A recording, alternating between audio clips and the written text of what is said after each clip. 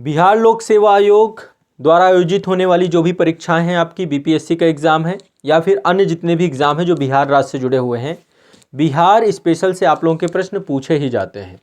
मेरा प्रयास रहेगा आप सभी को बिहार स्पेशल से जुड़े हुए प्रश्नों को पूरा प्रैक्टिस कराऊं और आप लोगों को ये मैं याद करवाऊंगा। साथ साथ मेरे हर एक टॉपिक को आप याद करते हुए जाएंगे। आपको मैं बेसिक से लेकर एडवांस तक चीज़ों को याद करवाऊंगा। तो याद कर लीजिए, श्रृंखला जो हमारी है उसके अंतर्गत ये अगला अंक है और इसके तहत मैं पिछले साल के प्रश्न भी ले रहा हूं और जो इनसे अतिरिक्त जानकारी होगी वो भी आपको उपलब्ध कराऊंगा।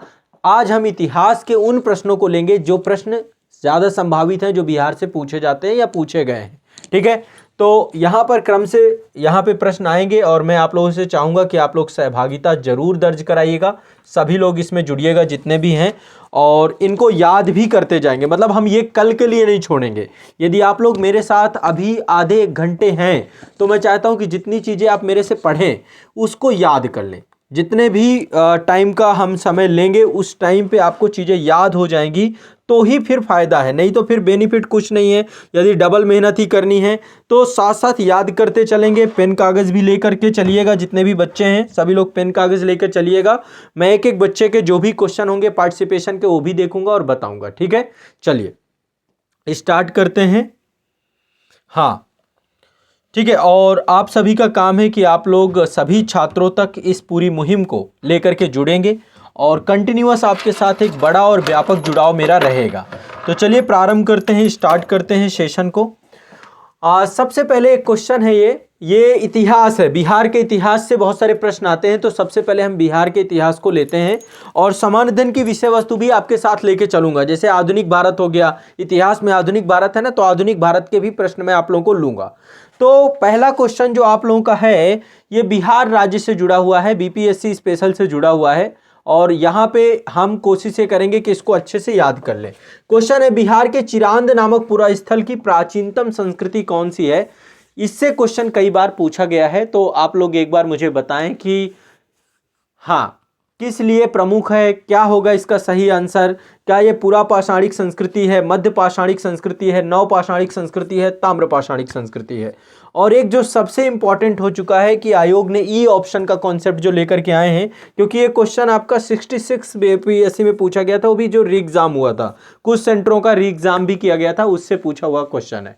ठीक है, तो उपर्युक्त में से कोई नहीं है या उपर्युक्त में से एक से अधिक है। यदि कुछ ऐसा होता है तो आयोग ने अपने बचाव के लिए व्यवस्था पूरी बना रखी है, तो आप लोगों को बताना है कि क्या आंसर होगा इसका। हाँ, काफ़ी छात्रों के इससे आंसर आ रहे हैं। सी आंसर काफ़ी बच्चे दे रहे हैं। ठीक है, सी आंसर सही भी है आप लोगों का।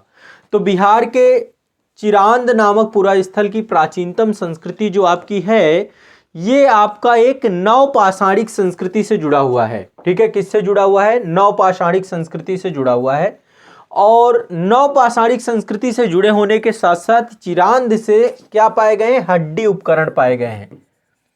हड्डी उपकरण पाए गए हैं यहां से। ठीक है, तो यहां से हड्डियां पाई गई हैं। एक चीज और ध्यान रखिएगा, साथ ही ये जो हड्डियां पाई गई हैं ये हिरण की सींगों से जुड़ी हुई हैं। किससे जुड़ी हुई हैं? हिरण की सींगों के प्रमाण है। ठीक है, तो हड्डियां उपकरण पाए गए हैं जो कि मानव के द्वारा प्रयोग किए जाते थे और ये हिरण की सींगें हैं धारदार।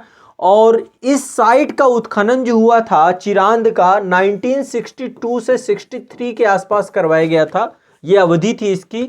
और इसको प्रोफेसर वीके सिन्हा के द्वारा करवाया गया था। चिरांद को प्रोफेसर वीके सिन्हा के द्वारा ये करवाया गया था। तो बिहार का चिरांद नामक पुरा स्थल की प्राचीनतम संस्कृति कौन सी है? नवपाषाण काल। याद कर लीजिए इसको। क्या मिला है? यहां से हड्डी उपकरण मिले हैं। किसके मिले? हिरण के सींग के मिले हैं। कब ये साइट का उत्खनन कराया गया? 1962 में। कब कराया गया? 1962 में। ठीक है, और इससे जुड़े हुए क्वेश्चन जो भी हो सकते हैं। ठीक है, तो आपको ध्यान रखना है, याद रख लेना है, इसको याद कर लेना है। आने वाले समय पे फिर से उम्मीद है शायद क्वेश्चन पूछा जाए। चलिए आगे चलते हैं। ये बड़ा फेमस क्वेश्चन है और बख्तियार खिलजी और बिहार ये दोनों जो है एक तरीके से काफ़ी हमेशा चर्चा रहती है, क्योंकि इसने जितना तहस नहस किया है इंडिया के कल्चर को, बिहार का कल्चर, बिहार की संस्कृति, भारत के शिक्षा के केंद्रों को बर्बाद करने में, इसके अलावा भारतीय संस्कृति को बर्बाद करने में इस व्यक्ति का बहुत बड़ा हाथ है। तो यहाँ पे लिखा हुआ है बिहार पर बख्तियार खिलजी के हमले का पहला विवरण कहाँ से प्राप्त होता है। यहाँ पे एक शब्द लिखा हुआ है पहला विवरण, ठीक है। तो ये आपको पता है एक मुस्लिम हमलावर था ये, और नालंदा विश्वविद्यालय को इसने ठीक है, आपको पता है नालंदा विश्वविद्यालय पर इसने हमला किया था, और नालंदा विश्वविद्यालय पे ही हमला नहीं किया था, बख्तियार खिलजी ने बोध गया पे भी हमला किया था, जो हमारा यूनेस्को की वर्ल्ड हेरिटेज साइट है इस समय वर्तमान में, महाबोधि मंदिर है, उसको भी इसने पूरी तरीके से नष्ट करने का प्रयास किया था। हाँ, इसका सही आंसर बताएं, और इसको आज याद कर लेना है बच्चों, ये काफ़ी इंपॉर्टेंट क्वेश्चन है। सबसे पहली बात, बख्तियार खिलजी कौन सा, तुर्की से आया था, ये तुर्की से आया था। उस समय मोहम्मद गौरी आया था तुर्क के तौर पे, मोहम्मद गौरी का ही सेनापति था ये, ठीक है, कुतुबुद्दीन ऐबक, मोहम्मद गौरी। तो 1193 एडी में इसका हमला होता है। कहाँ होता है, भारत के पूर्वी क्षेत्र में। 93 में जो है इसका हमला होता है, 1193 एडी में, इसको याद कर लीजिए, ठीक है। पूर्वी भारत में हमला करता है बख्तियार खिलजी, एक मुस्लिम हमलावर है बख्तियार खिलजी, जो कि तुर्की वाले क्षेत्र से आया था, और इसके हमले का पहला विवरण जो था तबकात-ए नासरी से प्राप्त हुआ है। तबकात-ए नासरी से प्राप्त हुआ, किससे प्राप्त हुआ है, तबकात-ए नासरी से, जिसको लिखा किसने है, ये भी याद कर लीजिए, मिनहाजुद सिराज ने।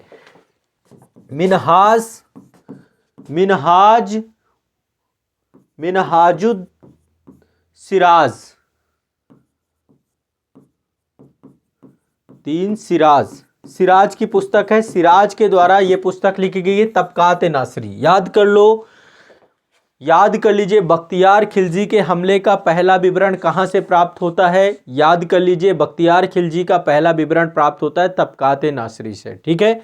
इसको याद कर लेना है, आपको भूलना नहीं है, ठीक है। चलिए अगले प्रश्न की तरफ बढ़ते हैं। वेरी गुड, लगभग सभी छात्रों ने इस पे सही आंसर दिया है, ठीक है बच्चों। सभी को पार्टिसिपेट करना है, कोशिश करना, और ये चीज़ें याद करते जाना है, सिर्फ पार्टिसिपेशन से बात नहीं बनेगी। देखो आज जो भी चीज़ें आप पढ़ रहे हो एग्जाम के दिन काम आएंगी आपकी, तो यदि एग्जाम के दिन काम आएंगी तो प्रयास आपको करना है कि आपको इसको याद कर लें, ठीक है। चलो आगे चलते हैं, नेक्स्ट अगला क्वेश्चन है, बिहार के सुप्रसिद्ध संत सरफुद्दीन मनेरी का संबंध सूफियों के किस संप्रदाय से है। सरफुद्दीन मनेरी, ठीक है, आपको बताना है कि सरफुद्दीन मनेरी जो है इनका संबंध किस जो है संप्रदाय से है। बिहार के सुप्रसिद्ध सूफी संत सरफुद्दीन मनेरी का संबंध सूफियों के किस संप्रदाय से है, ठीक है। अब यहाँ पे आंसर आ रहे हैं, बहुत सारे लोग बी बता रहे हैं, बी वाले बहुत बच्चे हैं, और बताएं भाई। सरफुद्दीन मनेरी, ठीक है, जन्म हुआ था 1262 में इनका, 1262 एडी में इनका जन्म हुआ था।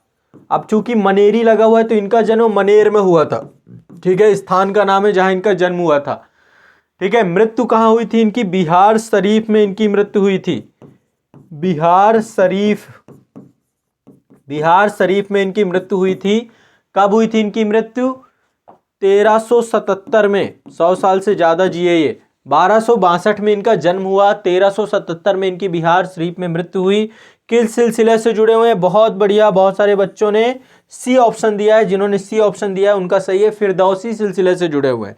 आपको पता है मध्यकाल में सूफी सिलसिला जो है, भक्ति आंदोलन जो आपका 8वीं शताब्दी में दक्षिण भारत से प्रारंभ होता है, उसका प्रसार होता है रामानुजम, और उसी दौरान भारत में जो है इस्लाम धर्म के सुधार के लिए सूफी सिलसिला, चिश्ती हो गया, फिरदौसी हो गया, सुहरावर्दी हो गए, है ना, तो एक सूफी सिलसिलों के माध्यम से जो है एक तरीके से कह सकते हैं कि ये इस्लाम धर्म में जो कुरीतियां आ गई थी उन कुरीतियों को दूर करने के लिए किया जाने वाला एक व्यापक प्रयास था, ठीक है। चलिए आगे चलते हैं, नेक्स्ट बहुत इंपॉर्टेंट क्वेश्चन है ना, याद कर लेना। देखो जो भी चीजें होती जा रही क्लास में आप याद करते जाएंगे। ये एक क्वेश्चन है, बड़ा बेसिक सा क्वेश्चन है, पटना को प्रांतीय राजधानी किसने बनाया, ठीक है, पटना को,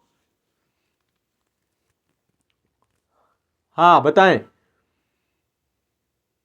बहुत आसान है, यहाँ पे ऑप्शन है, पटना को प्रांतीय राजधानी किसने बनाया, शेर शाह ने, अलाउद्दीन हुसैन शाह ने, इब्राहिम लोदी ने, राजकुमार अजीम ने। हाँ बताएं।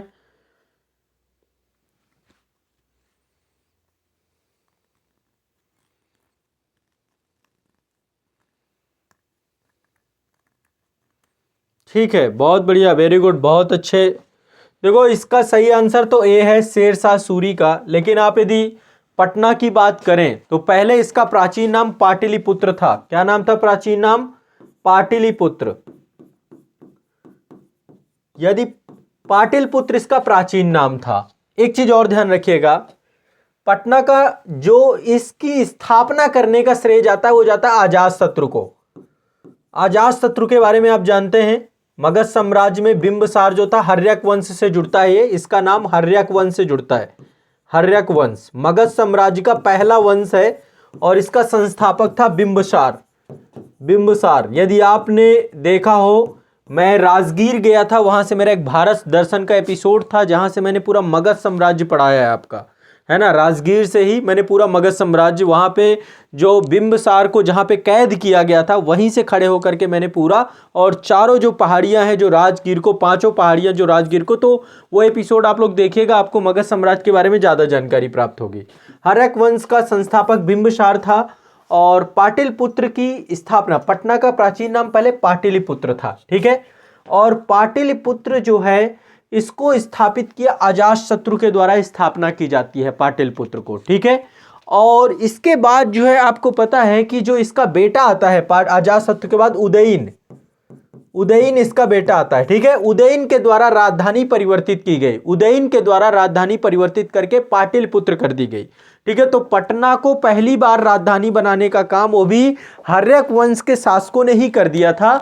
उदयन के द्वारा इसको पहले राजधानी बनाया गया था, यह चीज आपको पता है। इसके बाद यहां पर मगध साम्राज्य में जब हर्यक वंश के बाद फिर आपका शिशुनाग वंश आता है, शिशुनाग वंश के बाद नंद वंश आता है, मौर्य वंश आता है। इन सभी वंशों के द्वारा यहाँ पे शासन प्रशासन चलाया गया, ठीक है। कुछ समय तक गुप्त वंश के शासक भी पाटलिपुत्र में रहे। इसके बाद जो देखेंगे केंद्र बदल जाता है, मगध साम्राज्य के बाद केंद्र उत्तर प्रदेश का कन्नौज हो जाता है। कन्नौज के लिए आपको पता है त्रिकोणीय संघर्ष होता है। राजा हर्षवर्धन थे इस समय, हर्षवर्धन थे, ठीक है। तो उनके समय में त्रिकोणीय संघर्ष होता है राष्ट्रकूट, पाल और प्रतिहारों के बीच में, कन्नौज को लेकर के, और बाद में थानेश्वर से राजधानी कन्नौज में परिवर्तित। तो हर्षवर्धन के बाद जो है कन्नौज जो है मुख्य केंद्र बनता है, जिसके लिए दक्षिण भारत से राष्ट्रकूट वंश, बंगाल और बिहार क्षेत्र से पाल वंश, और ये जो उत्तर भारत वाला क्षेत्र है यहाँ से प्रतिहार वंशों के द्वारा कन्नौज के लिए एक त्रिकोणीय संघर्ष लड़ा जाता है। तो कहने का तात्पर्य सिर्फ मेरा ये है कि बाद में कालांतर में शेरशाह सूरी के द्वारा पटना को प्रांतीय राजधानी के तौर पे डेवलप किया जाता है मुगल काल के दौरान। लेकिन फिर कालांतर में आपको पता है मुगल काल का फिर केंद्र आगरा, और आगरा से फिर दिल्ली शिफ्ट हो जाता है, ठीक है। तो ध्यान रखना है 1541 में जो है, मेरा थोड़ा सा सौभाग्य नहीं बन पाया, नहीं तो चौसा के मैदान में जाना चाहता था। चौसा वहीं पड़ता है पास में ही। हम लोग बक्सर तक गए थे, बक्सर का जो युद्ध हुआ है, बक्सर का मैदान जो था, वहाँ से मैंने पढ़ाया आपको भारत दर्शन में, उसी के पास ही था चौसा। लेकिन चौसा जा नहीं पाए, और शेरशाह सूरी, सासाराम भी नहीं जा पाए। कभी मौका मिलेगा तो हम जरूर आएंगे आपके सासाराम पे, ठीक है। वहाँ से मैं शेरशाह सूरी को पढ़ाना चाहता हूँ।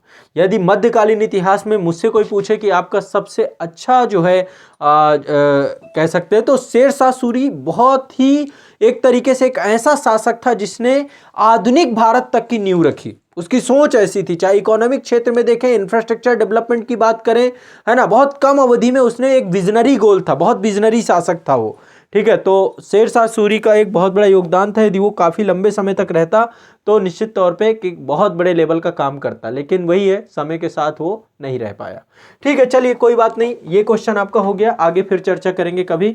अगला क्वेश्चन है आपका, कश्मीर घाटी के अंतिम मुस्लिम शासक यूसुफ शाह चक, जिसे मुगल सम्राट अकबर द्वारा बिहार में निर्वासित किया गया, वो कहाँ पे दफन है?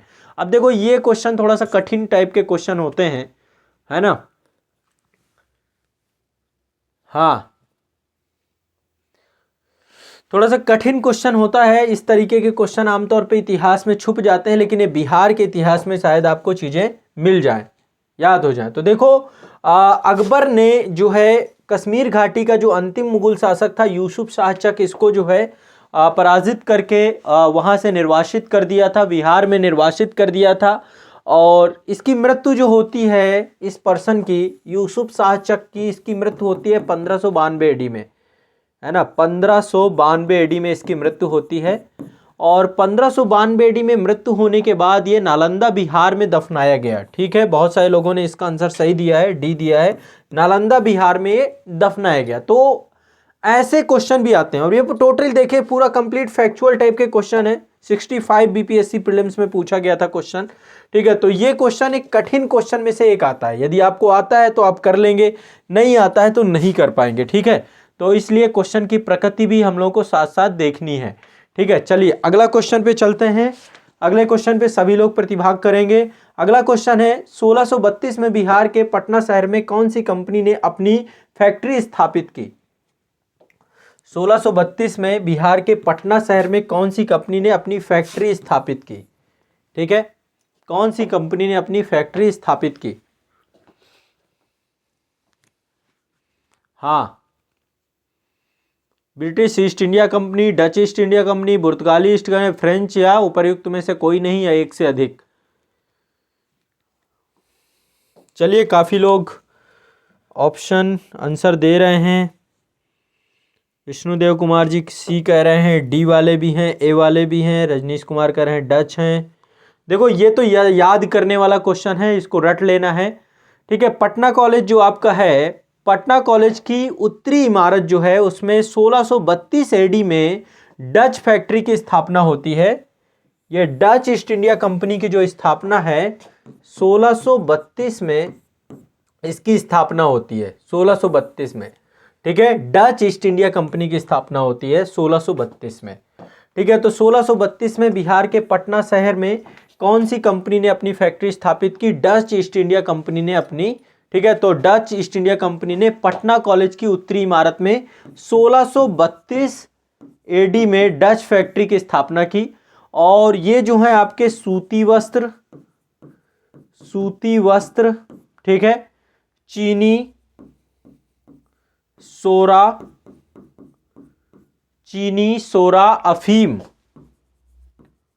अफीम आदि व्यापार से संबंधित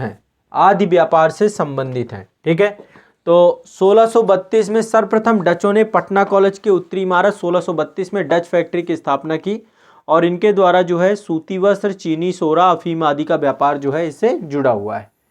क्लियर है, स्पष्ट है?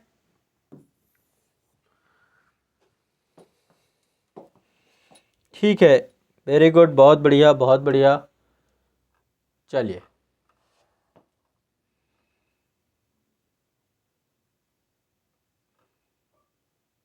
ठीक है, चलिए, बहुत बढ़िया, काफ़ी बच्चों ने आंसर दिया, याद कर लीजिएगा। अगला क्वेश्चन, ये तो बहुत अच्छा क्वेश्चन है और काफ़ी पुराना क्वेश्चन है ये, जब बिहार और झारखंड एक साथ थे तब का क्वेश्चन है। बिरसा मुंडा के गुरु कौन थे? रट लेना है ये। ठीक है, रट लेना है, सभी लोग बताएं। वैसे झारखंड वालों के लिए क्वेश्चन बिल्कुल रट लेना है। हाँ, ठीक है, काफ़ी आंसर सही है। आनंद पांडे, बड़ा फैक्चुअल टाइप का क्वेश्चन है। तो गुरु का नाम आनंद पांडे था बिरसा मुंडा के, और बिरसा मुंडा ने मुंडा विद्रोह पे भाग लिया था मुख्य तौर पे, और 1899 से लेकर के 1900 एडी के दौरान मुंडा विद्रोह हुआ था आपका। तो इसका नेतृत्व किया था ना बिरसा मुंडा ने। और बिरसा मुंडा का जन्म जो है वो 1875 में हुआ था। इनका जन्म 1875 में, तो बहुत ज़्यादा उम्र नहीं थी बिरसा मुंडा की। तो इन्होंने नेतृत्व किया था मुंडा विद्रोह का। ठीक है, ये ध्यान रखना है। और इनका जन्म 1875 में हुआ था बिरसा मुंडा का। शिक्षा दीक्षा इनकी जो हुई थी बिरसा मुंडा की, चाईबासा में हुई थी। ठीक है, और इसके अलावा जो है ये जर्मन धर्म प्रचारकों से प्रभावित होकर के ईसाई बन गए थे। ये भी ध्यान रखना है कि इन्होंने ईसाई धर्म को जो है से जुड़ गए थे। ठीक है, जर्मन धर्म प्रचारकों से, क्योंकि उस समय आपको पता है कि धर्म प्रचारकों के द्वारा भी भारत के कई क्षेत्रों में लगातार प्रभाव जमाया जा रहा था। चलिए, अगला क्वेश्चन है आप लोगों के लिए। उस क्षेत्र की पहचान करें जहां संथालों ने 1855-56 में अपनी सरकार की घोषणा कर दी थी। ठीक है, उस क्षेत्र की पहचान करें जहां संथालों ने 1855-56 में अपनी सरकार की घोषणा कर दी थी। इसका सही आंसर क्या है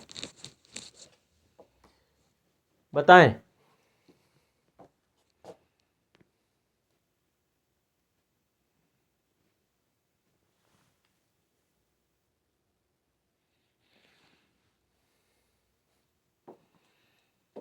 चलिए, काफ़ी लोग इसका आंसर बी बता रहे हैं। ठीक है, वेरी गुड, बहुत बढ़िया।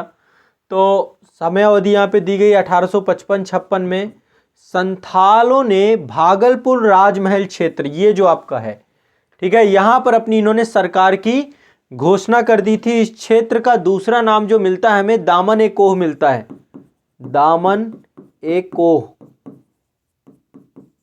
ठीक है, तो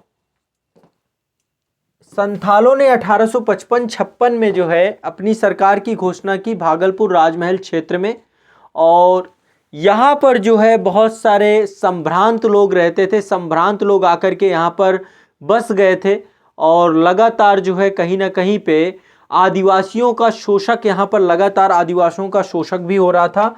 तो आदिवासियों में जो शोषण हो रहा था, इनको दिकू बोलते हैं, दिकू। संभ्रांत लोगों के द्वारा इस क्षेत्र में हमेशा शोषण की प्रक्रिया, और अंग्रेजों के पे जब ये अपनी फरियाद लेकर के जाते थे तो अंग्रेज जो है इन्हीं संभ्रांत लोगों का, इन्हीं भद्र लोगों का क्या है जो है हमेशा जो है इनका जो है साथ देते थे। तो ऐसे में फिर आदिवासियों ने अपने जो ये शोषक हैं, जिनका नाम इन्होंने दिकू दिया था, है ना, दिकुओं को क्या किया, दिकुओं के खिलाफ संतालों ने विद्रोह कर दिया, अपनी सरकार की घोषणा कर दी भागलपुर राजमहल क्षेत्र में। ठीक है, तो दिकु संभ्रांत वर्ग के लोगों को कहा जाता था और इनके द्वारा जो है लगातार एक शोषणकारी व्यवस्था को देखने को मिलता है। ठीक है, चलो वेरी गुड, बहुत बढ़िया। चलिए अगला क्वेश्चन है आपका। अगला क्वेश्चन है, निम्नलिखित में से कौन से ईस्ट इंडिया कंपनी के सिपाहियों के विद्रोहों का कारण नहीं था? मतलब ईस्ट इंडिया कंपनी ने किस कारण से ईस्ट इंडिया कंपनी के सिपाहियों को विद्रोही बनाने का, निम्नलिखित में से कौन सा ईस्ट इंडिया कंपनी के सिपाहियों को विद्रोही बनाने का कारण नहीं था? ठीक है,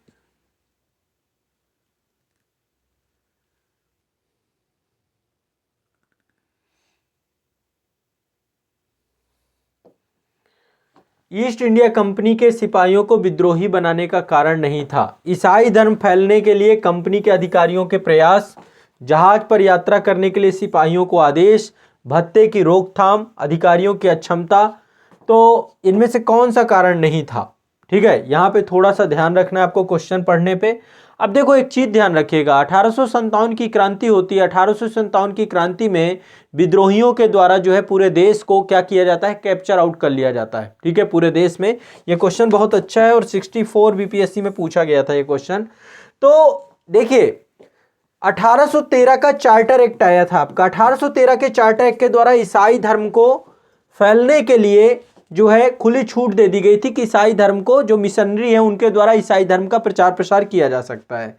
इसके अलावा जहाज पर यात्रा करने के लिए सिपाहियों को आदेश।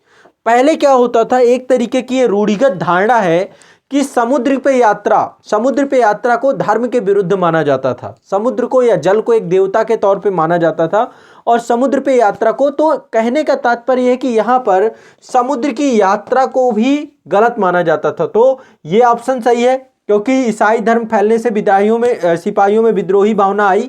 इसके अलावा जहाज पे यात्रा के लिए उनको लगातार क्या किया गया, प्रयास किया गया, इससे भी वो विद्रोही बन गए। भत्ते की रोकथाम हुई, उनके पैसे को लेकर के अंग्रेजों को ज्यादा प्रायोरिटी दी जाती थी, ये भी आपका। इसका सही आंसर है अधिकारियों की अक्षमता। अंग्रेज अधिकारी अक्षम नहीं थे, है ना, अंग्रेज अधिकारी अक्षम थोड़ा ना थे। ईस्ट इंडिया कंपनी के सिपाहियों को विद्रोही बनाने का कारण ये नहीं है कि अधिकारी अक्षम थे, क्योंकि इन्हीं अधिकारियों के बल पर अंग्रेजी हुकूमत आने वाले 100 साल तक और चला। आपको पता है 1857 की क्रांति के बाद देश जो है 1947 पर आजाद हो गया। लगभग 90 साल तक 1857 की क्रांति के बाद अंग्रेजों ने देश में और हुकूमत ली। जरूर सत्ता परिवर्तन हो गया, 1858 में एक सत्ता परिवर्तन हो गया। क्या हुआ सत्ता परिवर्तन, यहां पर ब्रिटिश क्राउन का शासन स्थापित हो गया। लेकिन उसके बाद भी 90 साल तक शासन यदि अंग्रेजों ने किया तो इन्हीं ईस्ट इंडिया कंपनी के अधिकारियों के बल पे किया, है ना। इसलिए इनकी अक्षमता कारण नहीं थी, बाकी बहुत सारे तत्कालिक कारण भी थे। तो 1857 के विद्रोह में जो सिपाही थे, जो विद्रोही बन गए थे, उसके लिए एक कारण था ईसाई धर्म के फैलने के लिए कंपनी के अधिकारियों के प्रयास, जहाज पर यात्रा करने के लिए सिपाहियों के आदेश, भत्ते की रोकथाम। लेकिन डी ऑप्शन नहीं था। आप में से कई लोगों ने गलत इसे बताया, कुछ लोग ई बता रहे थे, है ना। तो ई ऑप्शन नहीं है, इसका सही आंसर डी है। क्लियर है सभी को? कोई इसमें डाउट हो तो बताओ, कोई बच्चे को बताए कोई डाउट हो। हाँ बिल्कुल, गाय और सुअर की चर्बी वाले कारतूस, ये भी एक मुख्य कारण था। बिल्कुल, ये भी एक कारण था। और बताएं।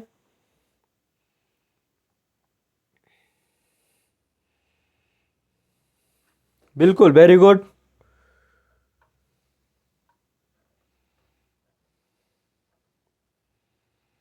चलिए अगला क्वेश्चन पे चलते हैं। ये भी 1857 की क्रांति से जुड़ा हुआ है। 1857 के विद्रोह ने बिहार के कई नगरों को प्रभावित किया। ठीक है, 1857 के विद्रोह ने बिहार के कई नगरों को प्रभावित किया। बिहार के विभिन्न नगरों में विद्रोह के विस्फोट का सही क्रम निम्नलिखित में से कौन करता है? ठीक है, कैसे कैसे कहां कहां पे किस किस क्रम पे जो है विद्रोह फैला। ठीक है, 1857 के विद्रोह ने बिहार के कई नगरों को प्रभावित किया। बिहार में विभिन्न नगरों में विद्रोह के विस्फोट का सही क्रम, पहले पटना है, मुजफ्फरनगर है, रोहिणी है, जगदीशपुर है। इनमें से आपको क्रम बताना है कि सबसे पहले कहां पे हुआ, फिर कहां पे हुआ, फिर कहां पे हुआ। ठीक है,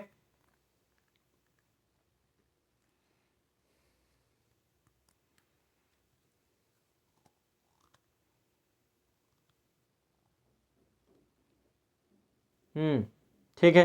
देखो जितने भी विद्रोह हैं सारे 1857 में हुए हैं। अब यहाँ पे बड़ा फैक्चुअल डेटा है, यदि डेट नहीं पता होगा तो नहीं कर पाओगे इसका आंसर। ठीक है, काफी लोग इसका आंसर दे रहे हैं, कुछ का गलत है कुछ का सही है। अब जब तक इसकी एग्जैक्ट डेट नहीं पता होगी, थोड़ा सा आप समझ लो। देखो देवघर एक जगह पड़ती है, अब झारखंड में है।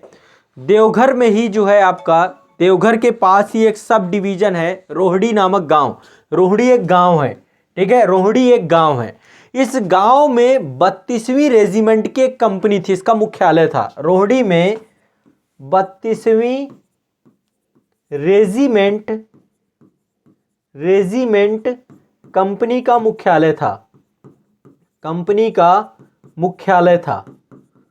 ठीक है, इसका मुख्यालय था किसका? 32वीं रेजिमेंट कंपनी का मुख्यालय था।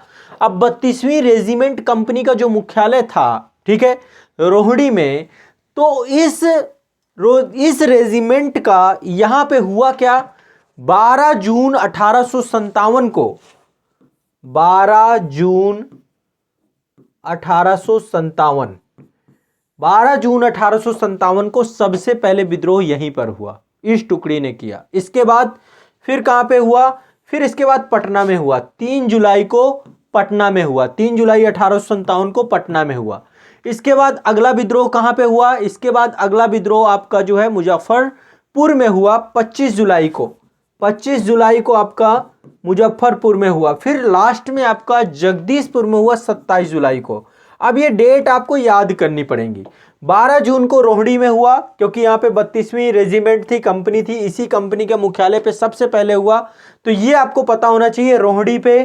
ठीक है, 12 जून 1857 को हुआ, फिर पटना में 3 जुलाई को हुआ, फिर 25 जुलाई को आपका मुजफ्फरपुर पे हुआ और जगदीशपुर पे। तो 1857 की क्रांति के विद्रोह का क्रम जब तक आपको याद तब नहीं होगा जब तक आप इन डेटों को याद नहीं करेंगे। पटना याद कर लो सभी लोग। अभी पटना को कब हुआ? 3 जुलाई को, 3 जुलाई 1857 को पटना में 1857 की क्रांति का विद्रोह हुआ। तो इसका सही आंसर क्या है? बी है।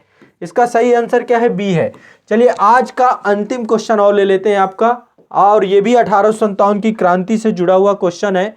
बहुत अच्छा और शानदार क्वेश्चन है। ठीक है, चलिए अगला क्वेश्चन है आपका, क्वेश्चन नंबर ये 11। थोड़ा सा इसको छोटा कर देता हूं क्योंकि क्वेश्चन बड़ा है। और देखो ऐसे बड़े क्वेश्चन आते हैं तो कोई भी डरेगा नहीं, बड़े क्वेश्चन से किसी को डरना नहीं है। इसमें से कह रहा है कौन सा कथन सत्य है, सही कथन हमें ढूंढना है, सही कथन हमें ढूंढना है। मैं क्वेश्चन एक बार पढ़ रहा हूं, ध्यान से एक बार पढ़िएगा। 1857 में दरभंगा, डुमराव, हटवा के महाराजाओं और उनके साथी जमींदारों ने आदमी तथा पैसे से अंग्रेजों की मदद की। ठीक है, यदि आपको पता नहीं होगा आप नहीं कर पाएंगे, यदि आपको पता होगा, ये फैक्चुअल डेटा है, और जब तक आप बिहार का इतिहास नहीं पढ़ेंगे, आधुनिक इतिहास, तब तक आप इसे नहीं जान पाएंगे। ठीक, देखते हैं अगला है 1857 में दरभंगा डुमराव हटवा के महाराजाओं और उनके साथी जमींदारों ने आदमियों अंग्रेजों की मदद नहीं की। एक में कह रहा मदद नहीं की, एक में कह रहा मदद की है।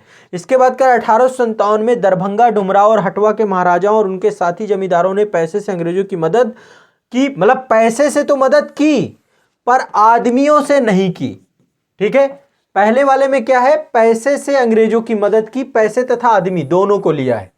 देखो बहुत कंफ्यूज किया, इसमें बहुत ज्यादा कुछ नहीं है। ठीक है, दूसरे में क्या है, आदमियों से की, पैसे से नहीं की, आदमियों से की, पैसे से नहीं की। तीसरे में क्या है कि यहां पर दरभंगा डुमराव हटवा महाराजाओं उनके साथी ने जमींदारों ने अंग्रेजों का विरोध किया। अब देखो यहां पे भी नहीं है, यहां पे भी नहीं है, यहां पे भी नहीं है। ये कॉमन सेंस से क्वेश्चन निकल सकता है। यदि कोई मदद करेगा तो मदद आदमी और पैसा दोनों, जमींदार हैं, पैसे वाले लोग हो सकते हैं, है ना। तो इसको स्किप करने की जरूरत नहीं है, बहुत आसान है। 3 में नहीं है, इसमें भी नहीं है, इसमें भी नहीं है, इसमें भी नहीं है। तो सही आंसर क्या होगा, ये इसका सही होगा। सिंपल सी बात है। यदि आप कॉमन सेंस से निकाले तो कॉमन सेंस से निकल जाएगा। यदि नहीं भी पता फैक्चुअल, तो जब देख रहे हैं 3 में नहीं ही है, 3 में निगेटिव है, तो जो पॉजिटिव है वही सही हो जाएगा। ठीक है, तो जितने लोग स्किप करने की मनसा, पहले क्वेश्चन को सही से पढ़िए। जब तक क्वेश्चन को समझेंगे नहीं और आप ऐसे ही स्किप करने की सोचेंगे तो फिर मेरे ख्याल से गलत हो जाएगा। तो क्वेश्चन को पहले आपको समझना चाहिए। क्लियर है ना सभी बच्चों को? बात समझ में आ रही मेरी कि नहीं समझ में आ रही? ठीक है, क्वेश्चन को पूरा पढ़ेंगे, आंसर अपने आप निकलेगा, डरना नहीं है। ठीक है, डरना नहीं है, क्वेश्चन पढ़ने से निकल आएगा। ठीक, तो आज के लिए इतना ही रखते हैं और मैं अब आपको लगातार बना रहूंगा आपकी परीक्षा तक। मेरा प्रयास रहेगा कि मैं पिछले साल के सभी प्रश्नों को आप लोगों को कवर करा दूं, याद करा दूं, और साथ ही आपको याद कराने के साथ साथ आपके समान अध्ययन की विषय वस्तु भी करवा दूं।